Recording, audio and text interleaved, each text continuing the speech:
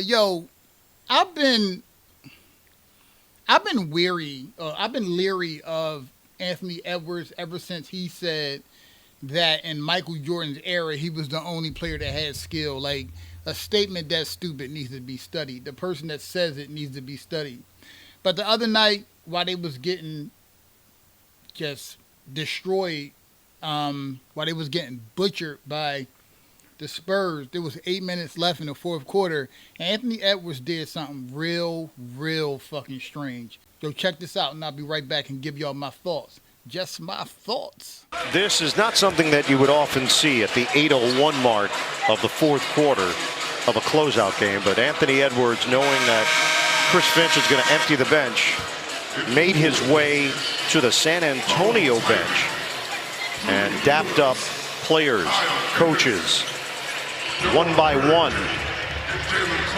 I want to know what, all I want to know is I want to hear Udonis Haslem comment on that in the postgame show. Yeah. I would much rather see him wait till the end of the game. Yeah, and I want y'all to check out what Udonis Haslem, Dirk Nowitzki, and Blake Griffin had to say about this whole situation, too. Check this out, and I'll come back and give you all my thoughts.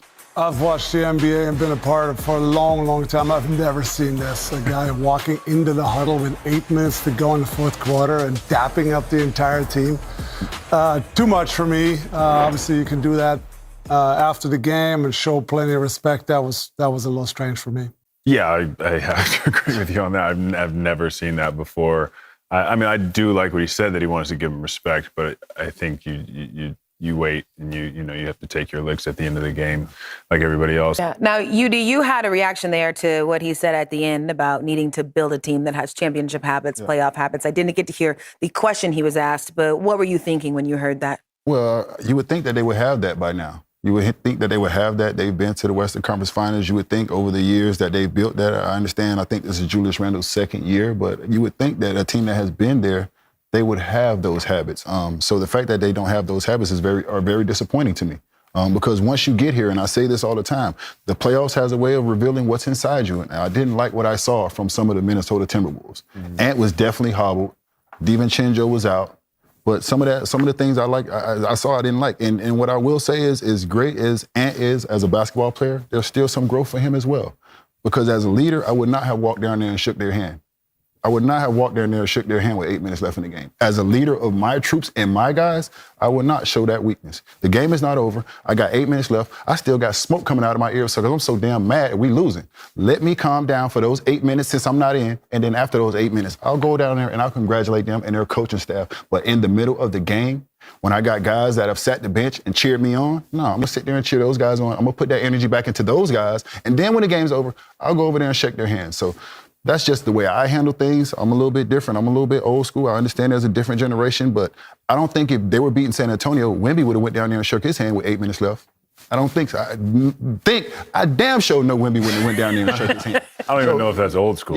So That's just school. Yeah, so for me, I love Ant-Man as a basketball player. I love where he's going to be as a basketball player, but as a leader, the next few steps he needs to make are little small details and things like that, because other people on your team and those guys are always watching you and they're following you whether you know it or not. Yeah, I thought it was strange. I thought, I don't really have like a lot of smoke for what he did, but it was fucking weird. I never seen a player take it upon himself, not just a player, the leader of your team, take it upon himself to leave your huddle where he's the leader, go to another team's huddle with 8 minutes left and dap them up. That, to me, that's weak. That's just weak. You can wait till the game is over. The game is going to inevitably come to an end. You have 8 minutes left. After 8 minutes, you can do that. But while the game is still going on and you are getting fucking butchered, you go down there